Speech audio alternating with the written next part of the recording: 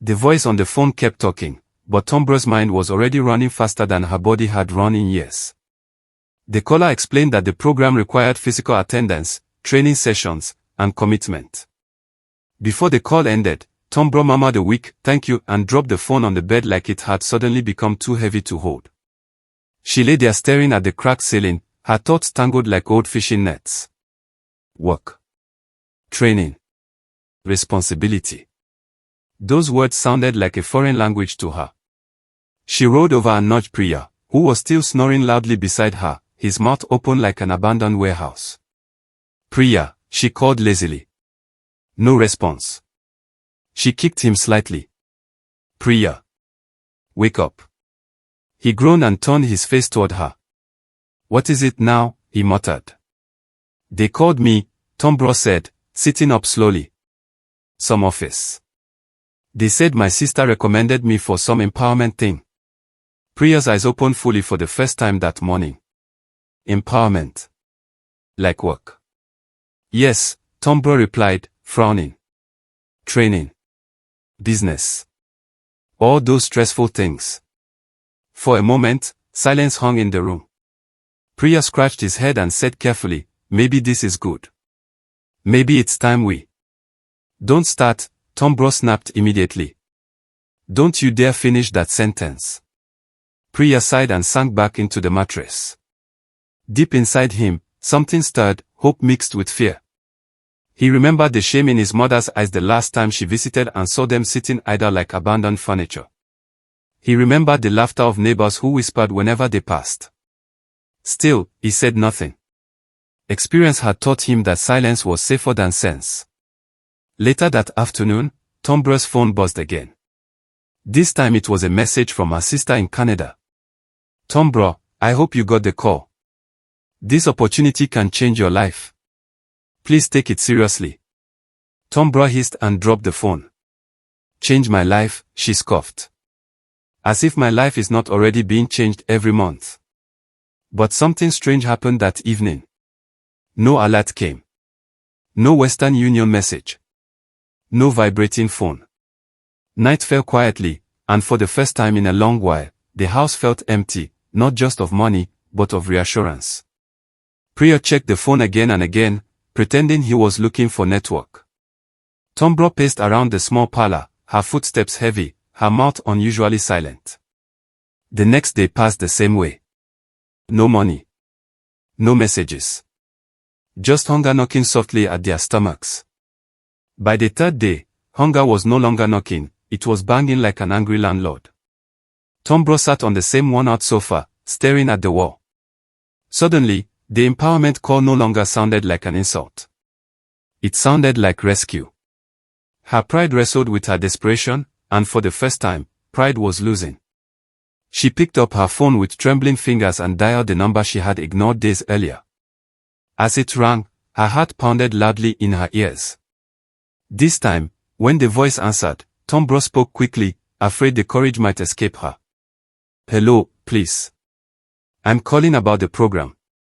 I want to know when the training starts." And at that moment, without her realizing it, Tombro stood at the edge of two paths, one leading to redemption, the other to deeper regret. The choice she would make next would decide whether she remained a beggar in silk or finally learned the dignity of sweat. "Hello, who is this that is disturbing my morning sleep?" Tombro snapped into the phone, her voice thick with irritation. "Tombro, it's me, your brother, God's power," the voice replied from the other end. It sounded tired, heavy and worn, like a man carrying a sack of cement on his head for too long. The moment Tombro heard her brother's voice, sleep fled from her eyes. She sat upright on the bed, suddenly alert. "Brother God's power. Oh. How are you? How is London?" She rushed out, then without pausing for breath, added, "When are you sending money?" "The last one you sent has finished. We have not eaten for 3 days now." She did not ask about his health. She did not greet him properly. Greed had swallowed her manners completely, leaving nothing behind. There was a long, painful silence on the line. Then God's power sighed, a deep, broken sigh that carried years of sacrifice. "Tombro," he said quietly, his voice trembling like a leaf in the wind, "I did not call about money today. I'm calling to tell you something serious. Very serious." Tombra's heart began to race. What happened? Is it an accident? Is someone sick? Talk to me. "Our mother is dead," God's power said at last. The phone almost slipped from Tombra's hand like a bar of wet soap. Her mouth fell open wide, as if it could swallow a whole watermelon. "Mama, our mama," she whispered. "Yes," he replied softly. "She passed away yesterday in her sleep. She was old. She was tired. God has taken her home." Tears poured from Tombra's eyes, but it was hard to tell whether they were tears of pain or tears of performance. Only heaven knew the truth. She rolled on the bed, wailing loudly, beating her chest like an actress in a tragic movie. "Oh no. Mama. The woman who suffered for us," she cried. "When will we bury her? When are you all coming back to Nigeria?" "We will all come next month," God's power answered. "Myself, Blessing, Tari, Abigail, and Boritimuno.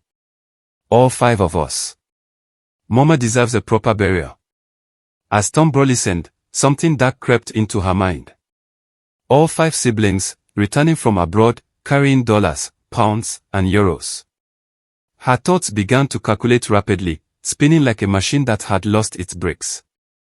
"All right, brother," Tombra said, wiping her eyes and forcing her voice to sound sorrowful. "I will start preparations. Mama will get the burial she deserves. The whole village will hear about it." After the call ended, Tombra sat on the broken sofa, staring into space. Her mind was no longer mourning, it was planning. Wicked ideas danced in her head, ideas that would make even the devil nod in approval. "Priya. Priya," she called sweetly, her voice dripping like honey mixed with sugar.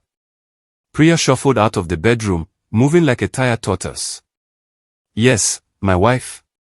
"What happened?" "Sit down," Tombra said, patting the space beside her. Her eyes glowed with a strange mixture of greed and madness. Priya sat carefully, his body sinking into the sofa's broken springs. Tombra glanced around, as if making sure no spirit was listening, then leaned close and whispered, her voice sharp and cold. "All my siblings are coming back for Mama's burial." "Yes," Priya nodded. "That's a good thing. At least the family will gather." Tombra smiled, but it was not the smile of joy. It was the kind of smile a witch wears before midnight. "They will come with plenty money," she continued softly. "Dollars. Pounds. Euros. Their pockets will be full like Father Christmas bag." "So?" Priya asked nervously. "It's their money. We are going to collect it," Tombra said, her smile stretching wider. Priya blinked. "You mean they will give us?" "No, you fool." Tombra snapped, striking his head lightly. "Not willingly. We will force them." Priya began to sweat. "Force them how?" Tombra leaned closer, her voice dropping into a deadly whisper. "We will kidnap them. One by one. Collect ransom from each of them. Millions of naira." Priya jumped up from the sofa as if he had sat on a scorpion. "Tombra. Have you lost your mind? You want to kidnap your own blood?" And in that moment, Priya realized that the woman he married was no longer driven by hunger alone, but by something far more dangerous. "Your own brothers and sisters, people who came from the same womb as you," Priya whispered in disbelief. Tombra grabbed his arm and dragged him back down onto the sofa. "Which womb? Which blood?" she snapped. "Did they help us when we were suffering? Did I send them abroad? Now that God has blessed them, they are forming big men and big women. They throw peanuts at us every month as if we are beggars." Her eyes burned with madness. "Instead of begging them every month like fools, why don't we collect the money once and for all? There is a saying among the elders, when you see a mad person dancing in the marketplace, don't ask questions, run before they pull you into their madness." But Priya did not run. He sat there, listening to his wife's evil thoughts like a student attending a dangerous lecture. But Tombra," Priya stammered, his voice trembling like a phone on vibration mode. Kidnapping is a serious crime. It's a federal offense. If they catch us, they will kill us. They will throw us into Karikeri prison. Tombra waved her hand dismissively. Who will catch us? We won't dirty our hands. We will hire professionals, people who know the job. We pay them small money, they do the work, we collect big money from the family, and then we share it cleanly. Nobody will suspect anything. Priya wanted to refuse. His mouth opened, but no words came out. His mind screamed, don't do it, but greed spoke louder. How will we do it? He finally asked. That question was the moment everything collapsed, the moment Priya sold his conscience to greed, the moment two foolish souls chose to dance with danger. Tombra's face lit up like Christmas lights. I know some boys here in Warri, she said. Boys who can do any kind of job if you pay them. Tomorrow I will contact their leader, one they call Rex. That boy's heart doesn't beat for anybody. Once you pay him, the job is done. And just like that, the wicked plan was set in motion, rolling forward like a stone released from the top of a hill, crushing everything in its path. The following month arrived swiftly, like a thief running from the police. Their mother's burial was fixed for the last Saturday of the month. The family house buzzed with activity. Burial programs were printed, canopies were rented, chairs were arranged, cows were bought, and goats bled in confusion, unaware of the fate awaiting them. The entire village was alive with expectation. One by one, Tombra's siblings returned home, like migrating birds finding their way back to familiar ground. The first to arrive was Sister Blessing, early on a Monday morning. Her skin glowed with health, her face full of quiet strength. She arrived with 2 heavy suitcases filled with gifts and money for the family. When she stepped into the house, Tombra rushed forward and hugged her tightly, fake tears streaming down her face. Sister Blessing, thank God you arrived safely. Mama would have been so happy to see you. Blessing broke down in genuine tears. I know. I miss her so much. I wish I had come back before she died. But while Blessing cried from a broken heart, Tombra cried from a broken soul. Her tears were as fake as counterfeit naira notes. In her mind, she was not thinking of their dead mother at all, she was counting the money inside Blessing's suitcase, calculating ransom figures, doing wicked mathematics that would soon turn grief into bloodshed. 2 days later, Battery arrived from Canada looking fresh and well-fed. His expensive cologne was so strong that when he hugged Tombra, the scent nearly knocked her backward. He carried a sleek briefcase filled with Canadian dollars and a heart weighed down by grief. Holding Tombra by the shoulders, he spoke with trembling emotion. My sister, Tombra, how are you coping? He asked softly. Mama's death has broken me. I still can't believe she's gone just like that. I know, brother, Tombra replied, putting on an award-winning performance of a grieving daughter. It hurts so much.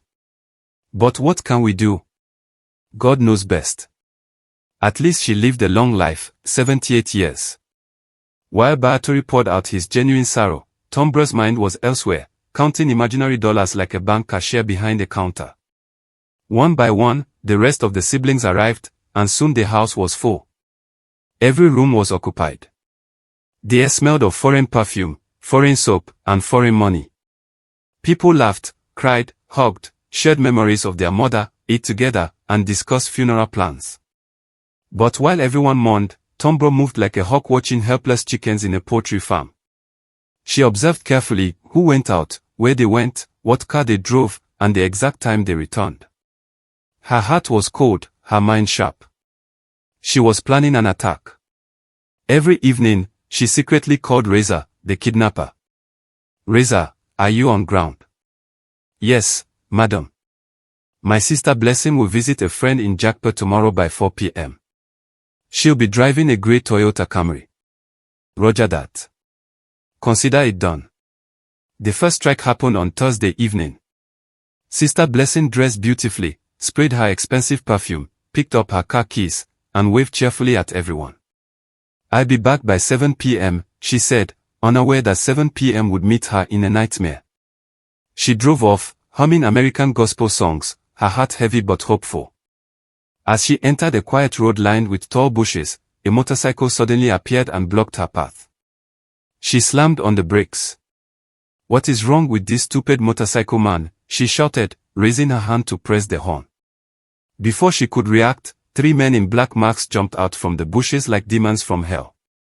One smashed her car window with a rock.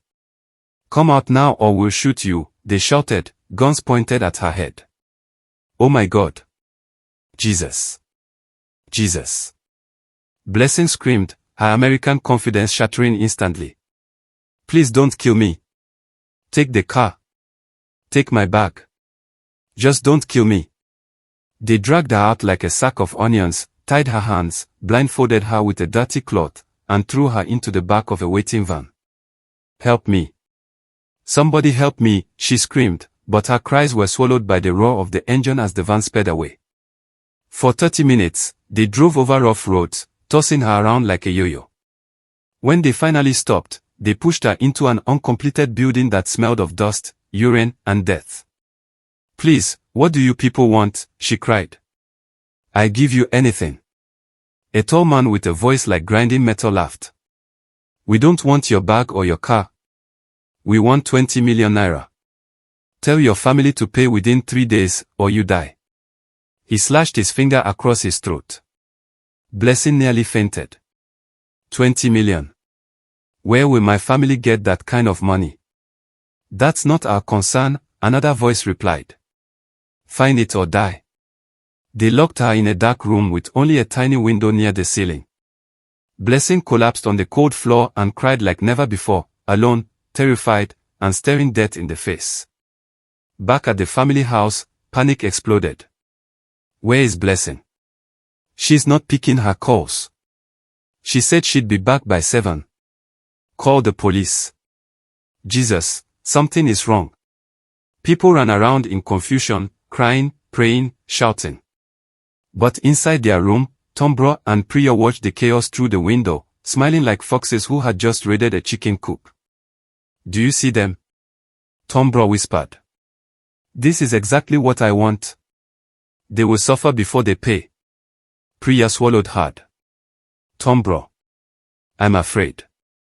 This thing we've done." "Keep quiet," she snapped. "Everything is under control." But fate had already begun to sharpen its teeth. Chief Godspower's phone rang late in the evening. The number was unfamiliar. His heart skipped as he picked the call. A rough, emotionless voice spoke from the other end. "We have your sister. If you want to see her alive again, bring 20 million naira. We will call you tomorrow and tell you where to drop the money. If you involve the police, we will kill her and send you her head in a parcel. Do you hear me?" Before Godspower could respond, the line went dead. He stood frozen, the phone still pressed to his ear, his face drained of color like a man who had just seen death. Slowly, his knees weakened. They have kidnapped Blessing," he whispered. "They are demanding 20 million naira. The compound erupted in wailing. Women screamed. Men held their heads. Children cried without understanding why. "Oh God. Oh God. Why our family?" voices echoed everywhere. For 3 days, the family moved like headless chickens. Properties were sold at giveaway prices. Friends were begged. Business partners were pleaded with. Bank accounts were emptied. Pride was swallowed. Dignity was buried. Until at last, with shaking hands and broken hearts, they managed to gather the 20 million naira. The money was dropped at the location the kidnapper specified. Hours later, as if by miracle, Blessing was released. She returned home looking like a shadow of herself. Her once glowing American skin was bruised and dull. Her eyes were hollow, like someone who had stared death directly in the face. The family surrounded her, crying, thanking God, praying, and hugging her tightly. Tombra excused herself quietly. She walked calmly to her room, locked the door, and checked her phone. An alert flashed on the screen, Nigerian Naira 10,000,000 credited. Her share of the ransom. She smiled wickedly and whispered to herself, 1 down, 4 more to go. The elders say the dog that kills one chicken will surely return for another. And Tombra returned again and again. Like a program killing machine, she orchestrated the kidnappings of her siblings one after another. 2 weeks after Blessing's ordeal, Brother Tari was kidnapped while driving early one morning. He was bundled into a car and a ransom of 50 million naira was demanded. The family cried again, scraped together the money, and he was released. A week later, Sister Abigail was kidnapped at a shopping mall. 25 million naira was demanded. The family nearly collapsed, but somehow, they paid. Then Boritomino was taken while returning from a bar at night. 18 million naira ransom. The family was now crying blood. Almost everything they owned was gone, yet they paid. Finally, Chief God's Power himself was kidnapped while driving to the bank. 30 million naira was demanded. By then, the family had nothing left. They borrowed, begged, and took loans. When the money was paid, he was released, broken, older, and emptied. Within just 2 months, Tombra and Priya had collected a total of 108 million Nigerian naira. After paying Reza and his gang, 90 million Nigerian naira sat quietly in their secret bank account. They were suddenly rich, dangerously rich.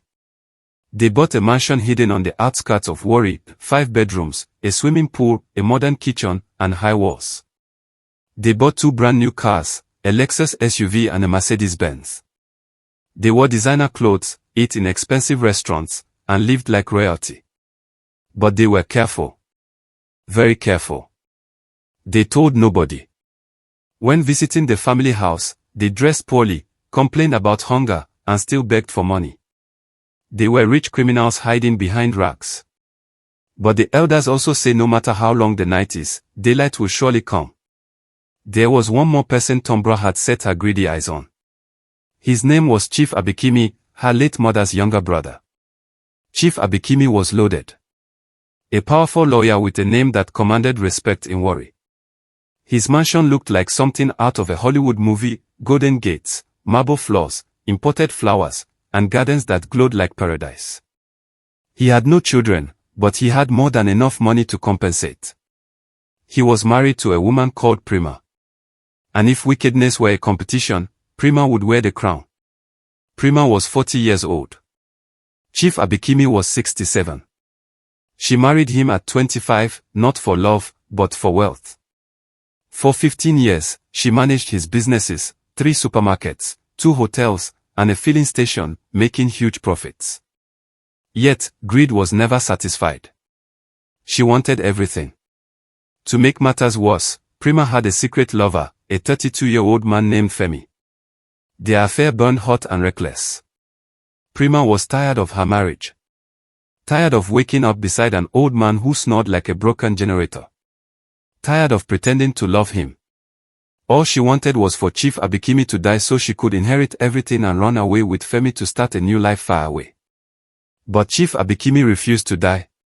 He ate well, exercised, took his medications, did yoga, and lived healthily. And that drove Prima close to madness. Then the burial month arrived. Chief Abikimi decided to travel to Warri for his sister's burial, to pay his respect and contribute financially. What he didn't know was that he was walking straight into a carefully laid trap. When Tombra heard that her wealthy uncle was coming, her eyes burned with excitement. Another victim had arrived. Another big fish, Tombra whispered, her lips curling into a cruel smile. Without wasting time, she dialed Reza's number.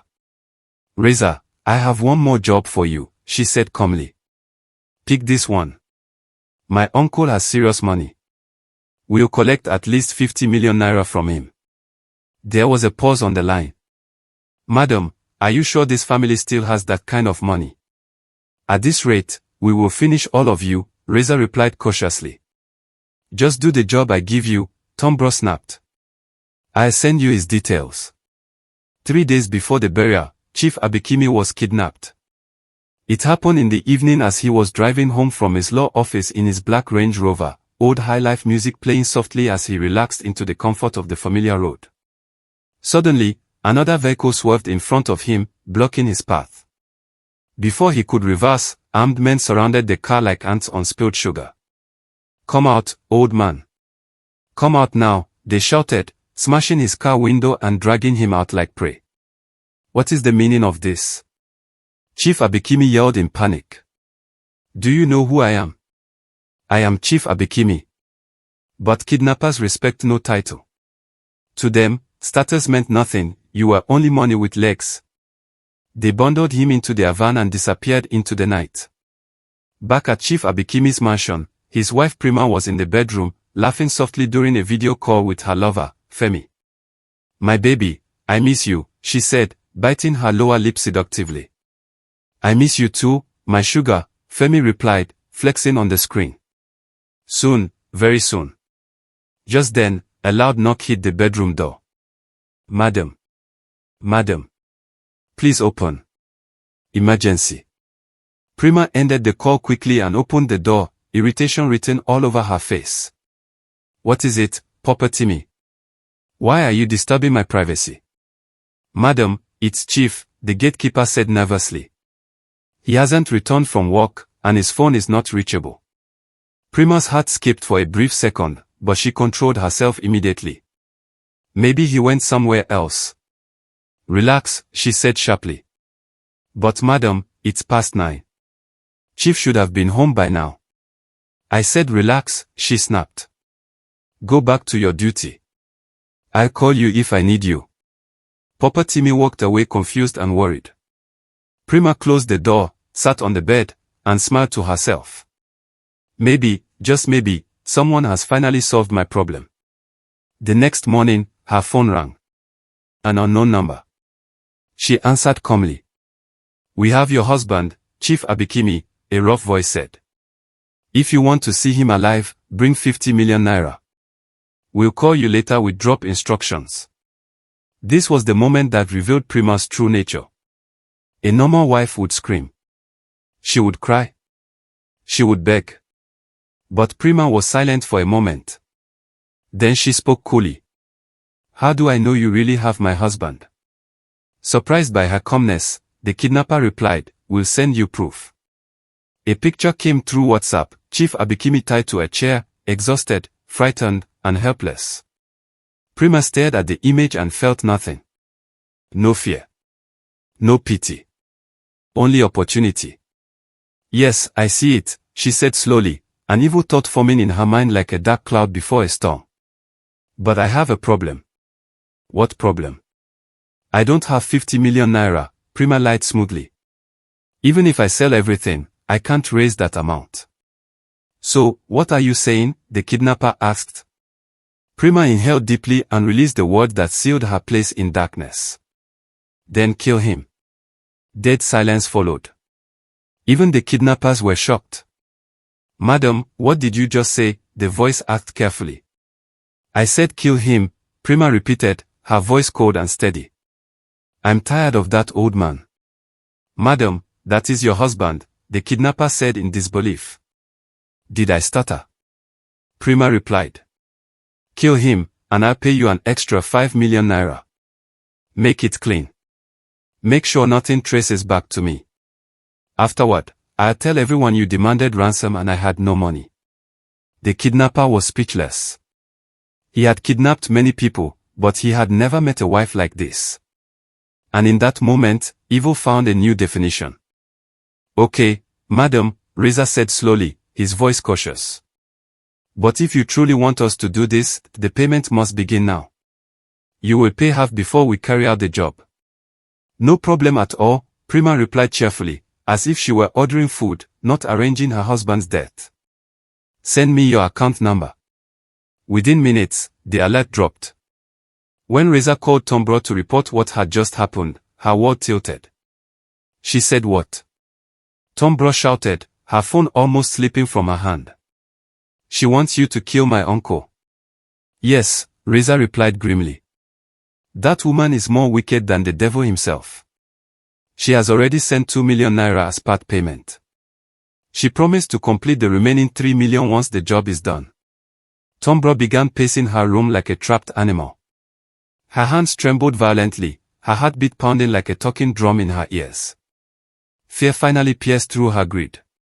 "Reza, listen to me very carefully," she said, her voice shaking.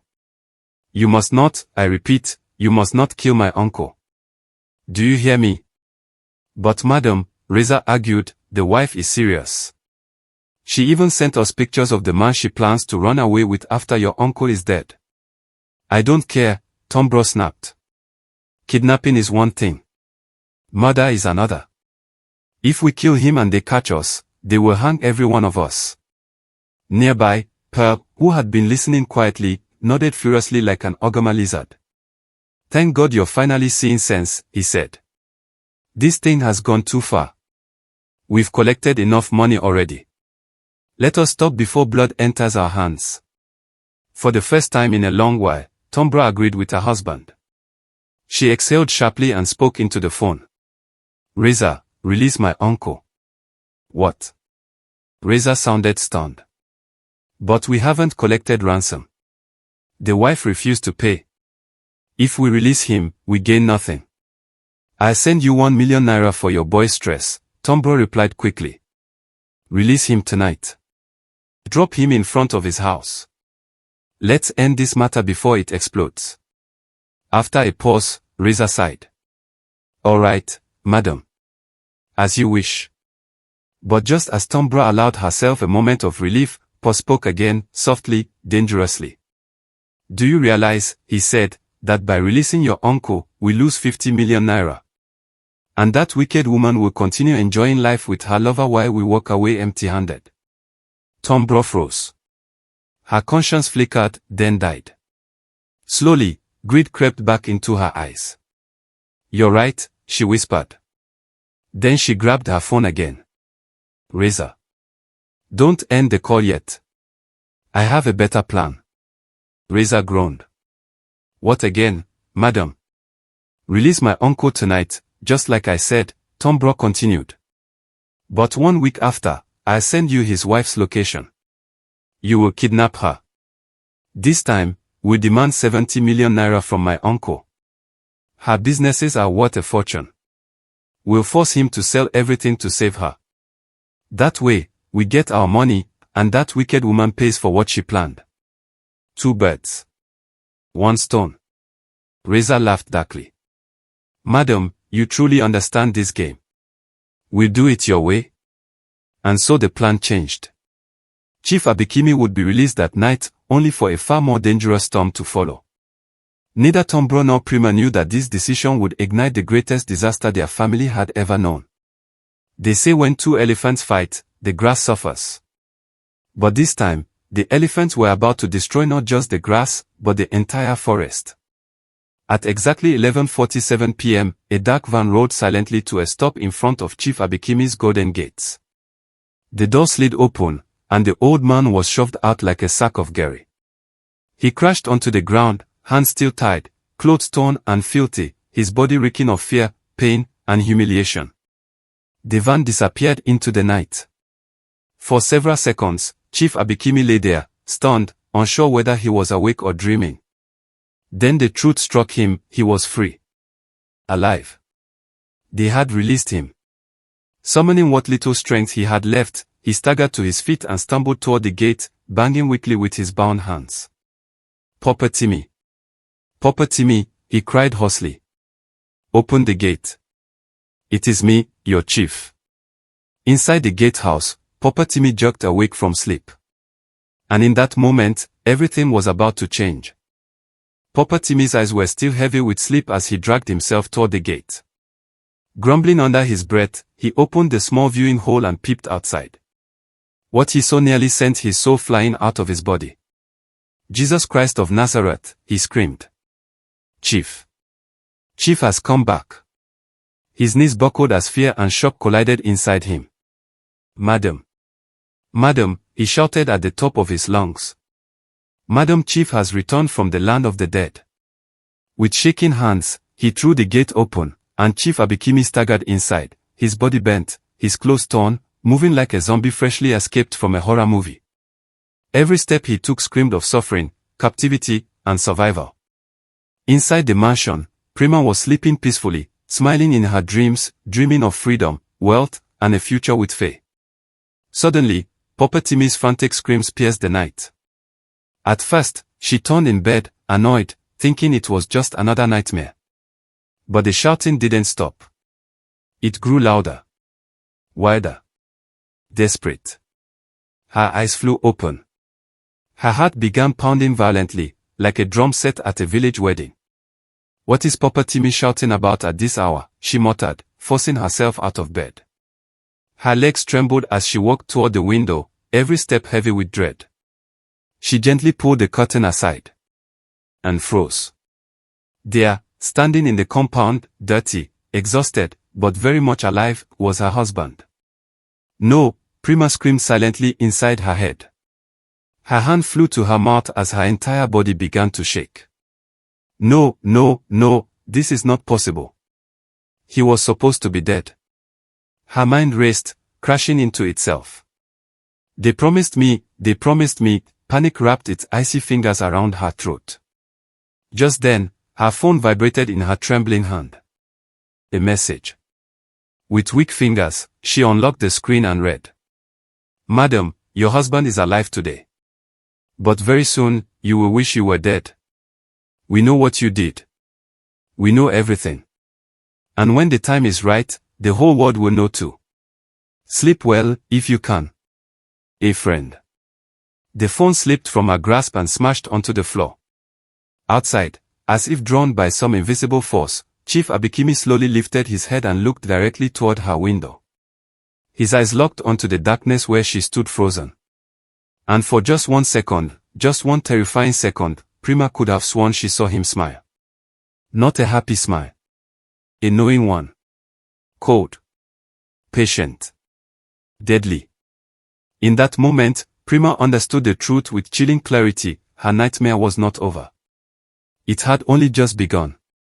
Who sent that message? Does Chief Abikimi truly know what his wife planned against him? What will happen when the burial day finally arrives? Who will be exposed, and who will be destroyed? And when the dust settles, who will still be standing? Find out in the explosive, jaw-dropping, and heart-stopping conclusion that will leave you screaming.